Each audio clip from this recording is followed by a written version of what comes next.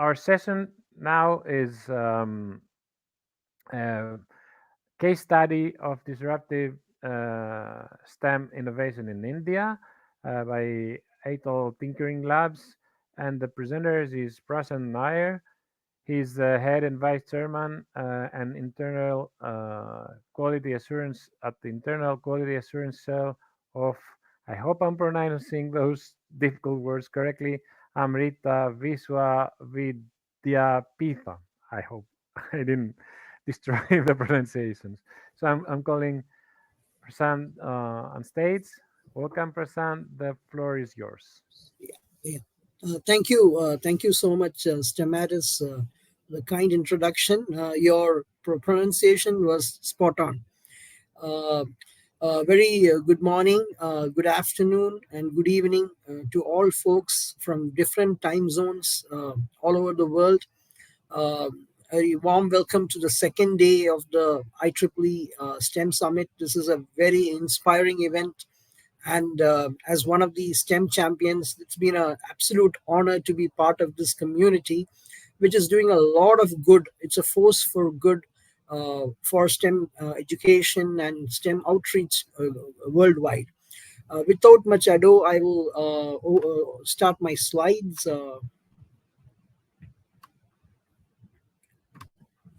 I hope my slides are visible. Can you please confirm if my slides are visible? Yep, I think so. Yeah. Yes, they are. You're all Okay. set. Thank you. Thank you. I'm gonna be talking to you about a very impactful program in India, which I thought was a very good case study for replication across the board. Which is called the Atal Tinkering Labs. It's a new concept, and it's I happen to be on the national committee of this Atal Tinkering Labs, purely on a volunteering basis, on a pro bono basis. And in the last 7 or 8 years, I've seen this program grow from strength to strength. And I think there is sufficient cause that this can be kind of replicated across the board in developed economies, emerging economies, and the sort. Now, in terms of the why STEM innovation is needed. Well, today, the world as we know is characterized by this, this VUCA world, as they say. The world is volatile, uncertain, complex, and ambiguous. On top of it, you have to satisfy your customers. You have tremendous competition, globalization, pricing pressures, and everywhere you have the ubiquitous, the pervasive internet and social media. So we are living in such a world today. And on top of it, STEM innovation is the only leveler that can move this world forward, especially when we are having such complexity, strife, and so on. Now, nobody can predict when the next tsunami is going to be coming. Nobody can predict when the next supply chain is going to be disrupted as a result of a pandemic.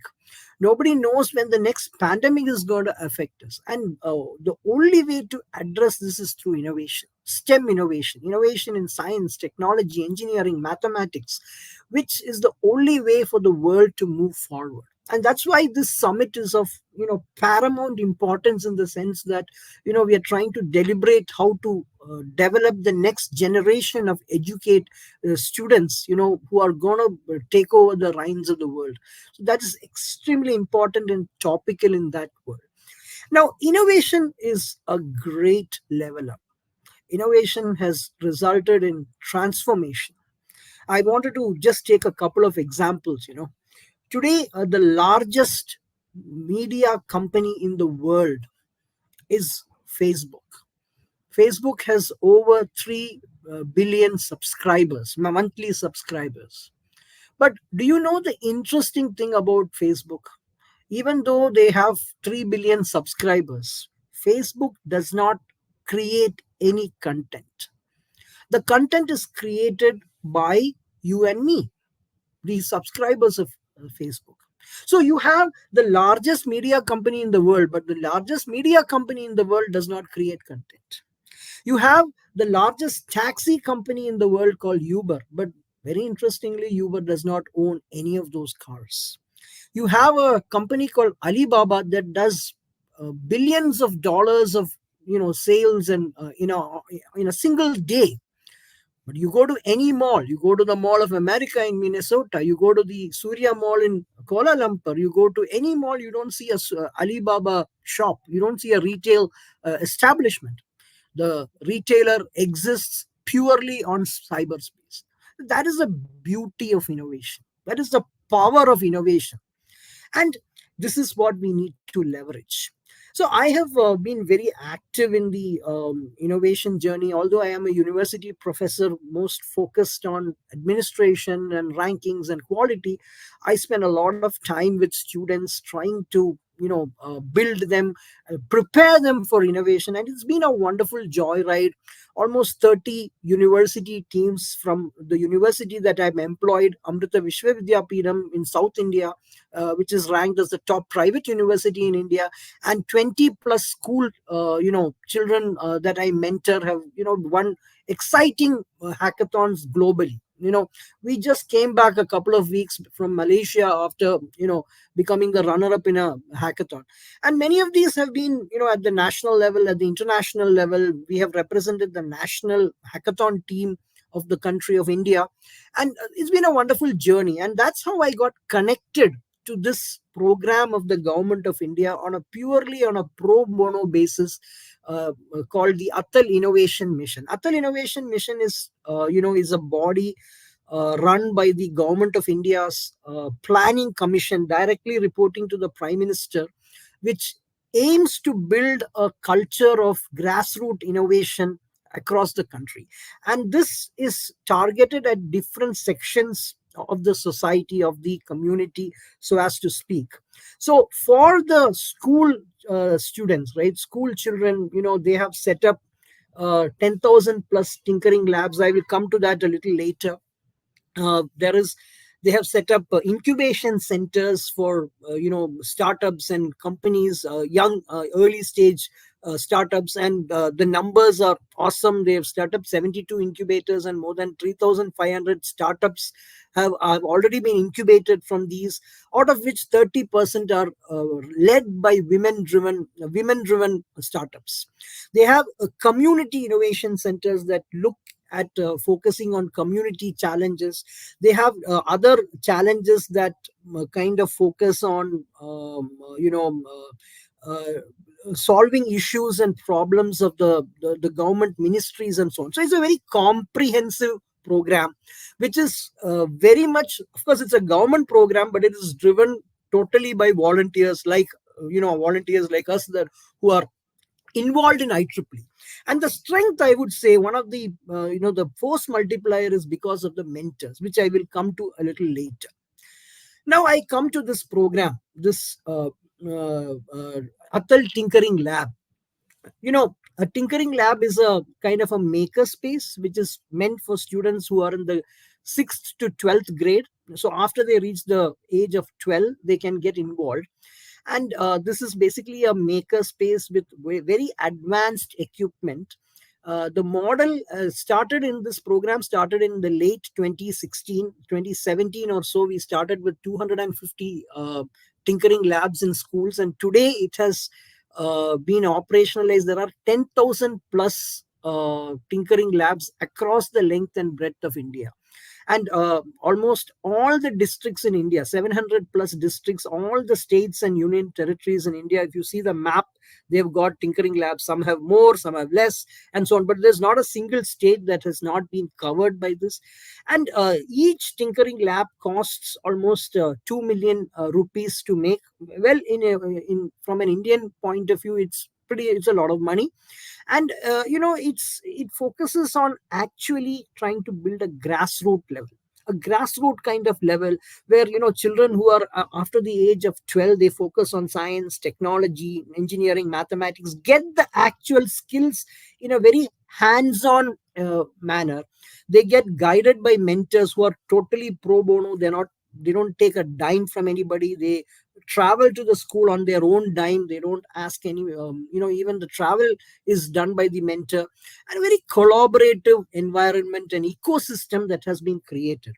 And if you see the impact of this program, today more than 11 million children across India have been impacted by this program in various school Atal Tinkering Labs, as well as various competitions, innovation challenges, project competitions. They have developed a whopping 1.6 million projects. Well, some of them are awesome. Some of them even have been transformed into a company, a startup. Some of them have got patents. Some of them have got recognition worldwide. Some of them have been showcased in IEEE events and so on. But just imagine a school, a student who's probably 13 or 14. He has his own startup. He has his own company. Well, that's the kind of impact the program has had. Now, the program has got a very, very structured, format. In terms of the equipment in the tinkering lab, I said it's almost 2 million rupees. Out of that, 1 million is like a capex, a capital expenditure, which is given upfront when they set up the lab. And the remaining 1 million rupees is given in three installments, like an operational expenditure or an OPEX kind of thing. And what the lab entails, it has got equipment for physical computing, IoT, sensors, robotics, electronics development tools, soldering tools, computers, laptops, 3D printer. That kind of equipment is there, and there is a focus on different aspects. How to get the ideation in, how to get involved in algorithmic thinking, problem solving, computational thinking, design thinking. And of course, once these students are able to get some outcomes out of it, how do you take it? You protect the intellectual property, help them for patenting, help them for those kind of aspects. It's a very structured kind of program, the curriculum. And now the Ministry of Education of Government of India has mandated that every school you should have at least 1 or 2 hours in the timetable of the school to focus on this. So this is completely beyond the curriculum. So every week on the school timetable from 6th to 12th grade, they have at least 1 or 2 hours where they go to this lab and kind of tinker and focus. Now, to add on to that, it also has the Atal Innovation Mission and the Tinkering Labs. The Central Committee organizes a lot of competitions, marathons. The whopping numbers happen. There are two major events called the marathon, which is like a hackathon. Last, if I remember, there were like the last edition, there were like 25,000 plus students had registered. There is another entrepreneurship boot camp called the Tinkerpreneur, where I believe almost 9,000 or 10,000 registrations were there, which happens in the summer. It is a completely online kind of thing. Now, this Tinkering Lab, we have to kind of acknowledge that it was kind of inspired by the design thinking model of Stanford University. And one of the people who was instrumental in conceptualizing this program was Professor Tarun Khanna from the Harvard Business School. And the present mission director, of course, he is a associate professor in MIT, and he kind of brings that expertise, in engineering and sociology from MIT to this program. And this program is moving from strength to strength. We are seeing a lot of visitors from across the world coming and visiting the Tinkering Labs, trying to replicate. And it's not only emerging economies, it's all developing countries or developing economies. We are seeing many of the developed economies also kind of coming to kind of study this program. So it's a very exciting program so as to speak. Now, as I mentioned, it's a very structured curriculum across 3 levels. As I mentioned, in that 1 or 2 hours in every week, this curriculum is given in a structured manner. And as a whole, it focuses, the first level is basic electronics, mechanics, 3D design, printing, visualization. And the first level, you can finish it in 14 sessions. It's a little adaptive. If you want, you can take more sessions. There are hands-on programs and so on and so forth. And as you move to the next level, You have more advanced modules like electronics, mechanics, entrepreneurial thinking, design thinking, 3D design, and so on and so forth. But it's a kind of a very hands-on program. The student can do it at in an adaptive fashion as per his or her, this thing. And it's not, 14 sessions. I mean, you may take 18 sessions to complete. That's fine. It doesn't matter. It's very, it's as I mentioned, it's outside the curriculum, so it's kind of optional, but the students are so excited about doing it, and we see that this is as having a force multiplier effect when it comes to, when these students go from high school to college. We see them shining, doing extremely well when they go into a professional and engineering or a computing career, or even arts and humanities careers. So, as I mentioned, the impact has been amazing. 11.5 million students have been impacted. Almost a million innovation and projects have happened. And the very interesting thing is, globally, we know that private schools are generally better, well off in terms of funding. But 60% of this 10,000 are pure government schools. And many of these government schools are in very, very rural areas. The connectivity is bad. As you know, India is a very huge country, but we are seeing that the connectivity, even though they are in very remote areas, this has made a huge impact, especially women, girls. A lot of girls highly excited in terms of an empowerment mechanism. Also, this has really made a big change. And we are seeing some of the students getting having their own startups, getting patents. And similar, there is a picture. Some of these pictures show these kind of one of the team won 200,000 US dollars in a challenge for their innovation. So this is the kind of impact that has happened. As I mentioned, it's a very structured program. A lot of resources are available online. They're open source. Anybody and everybody can have. We also do one thing. We try to help the schools that do not have this tinkering lab. There is a community program where we try to help them. If there is in one city, maybe 5 schools have got this tinkering lab, they will reach out to another. Each of them will reach out to 5 or 10 schools that do not have this tinkering lab, and try to support them, at least in terms of helping in triggering the innovation, so as to speak. uh, yeah, just some pictures of the modules that are there, that are open source, available: gaming, AI, Tinkercad, and so on. And so this process is very well structured. From the journey, that is, you start and establish a thing. You have a very structured training for the school teachers, which is done online, and also the volunteers or the mentors do. The modules are structured. There's a clear calendar of activities, and the whole thing is also monitored through an IT application.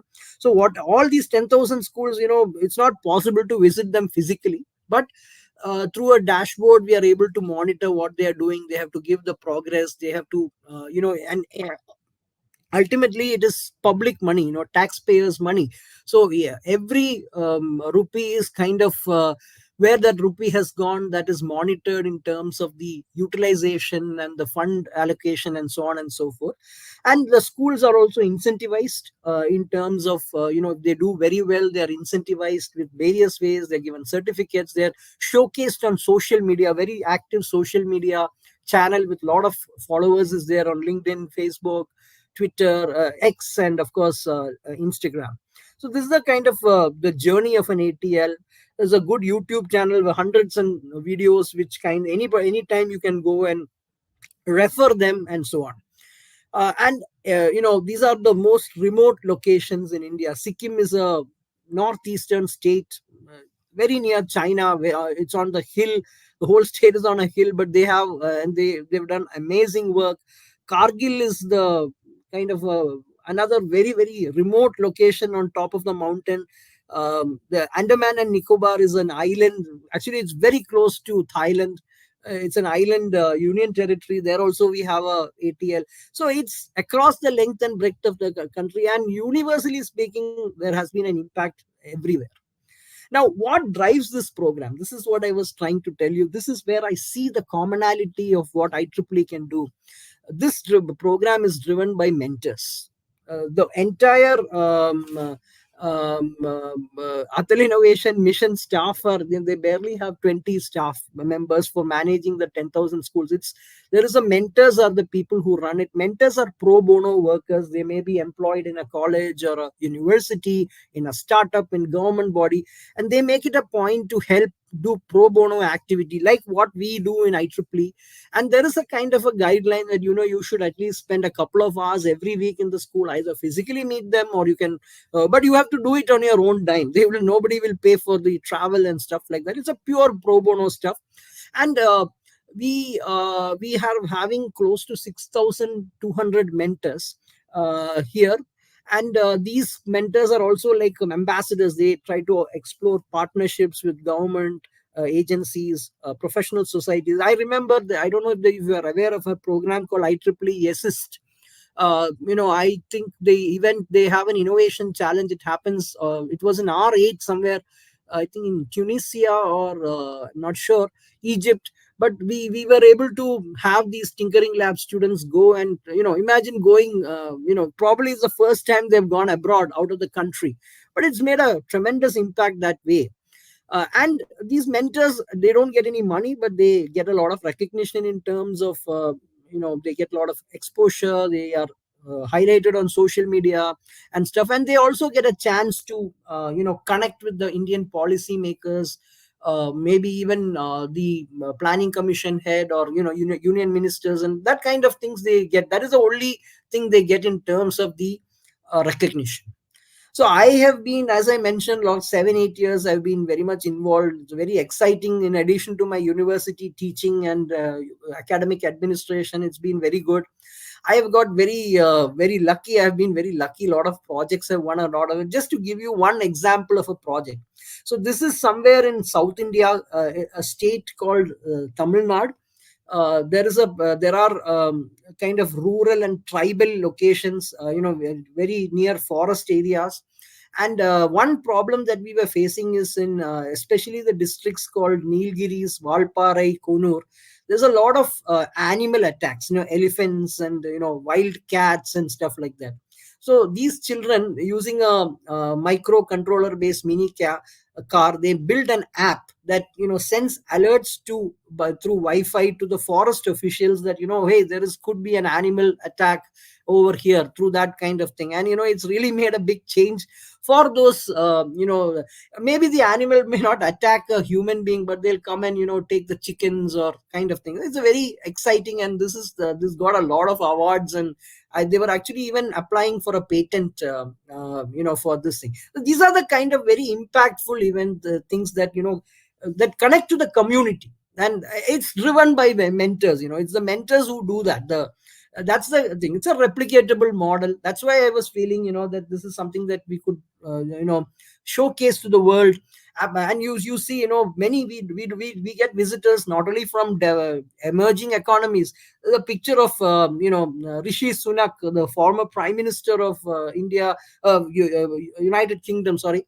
When he visited India, he visited one of the tinkering labs near Delhi, and he was super excited, with the kind of simple but very impactful innovations that the children had done. And I think IEEE has a lot of things we can work out. IEEE Try Engineering is doing awesome work. STEM champions, we are many of the STEM champions are involved. Site, Humanitarian Technology Board, Tech for Good, Epics, these are just some of the possibilities. Already at some level we have had some kind of collaboration in terms of that. So that's all from my side. I close with this: never stop learning. Thank you so much for this opportunity to speak in the STEM Summit. I'll be happy to answer any questions. I think we have 4 minutes. So, Lynn, I think I kept the time. Over to you. Thank you. Okay, thank you, Prashant. Thank you so much. It was a very interesting presentation, and this is a very interesting initiative. So we've got some questions from the audience. Let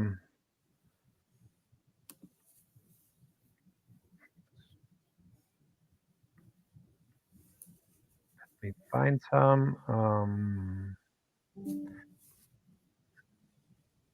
Okay.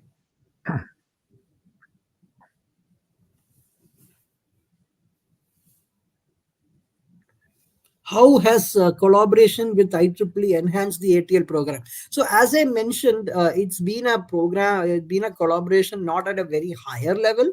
It's been at a more of a volunteer level. As I mentioned, this IEEE Assist is an innovation challenge.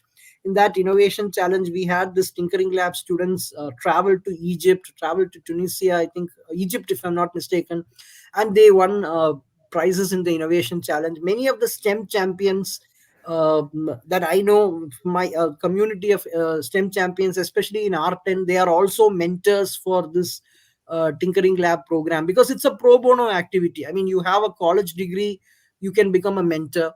It doesn't matter. Mentor need not be a techie, a person who's into computer science or engineering or something. A mentor can be in any area, because a mentor is like an ambassador, a hand holder, somebody who supports the program.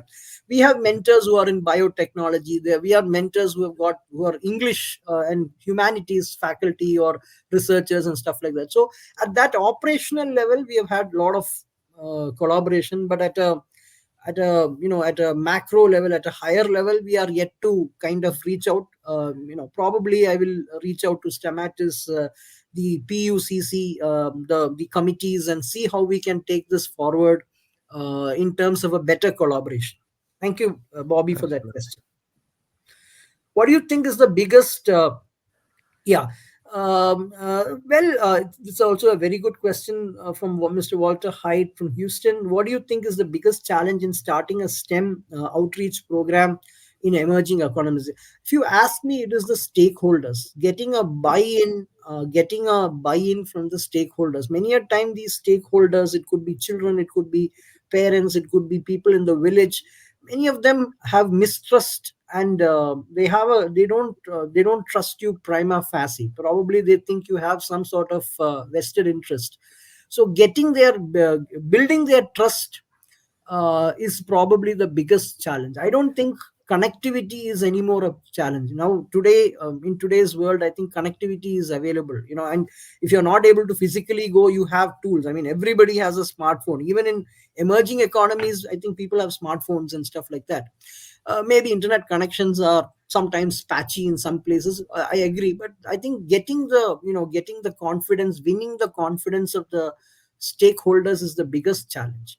And I see another challenge is motivating volunteers. Volunteers, you shouldn't expect much, but then sometimes that is also a challenge. You have to incentivize. I think we are. Okay, thank you so much, Sam. We're out of time. Of course, you have your contact details, so the attendants could, the attendees could contact you. Um, may I request to stop sharing so that I share Yeah, yeah, yeah. I'm good. my logistic Yeah, slides? I did that. Thank you Yeah. so much. Thank you.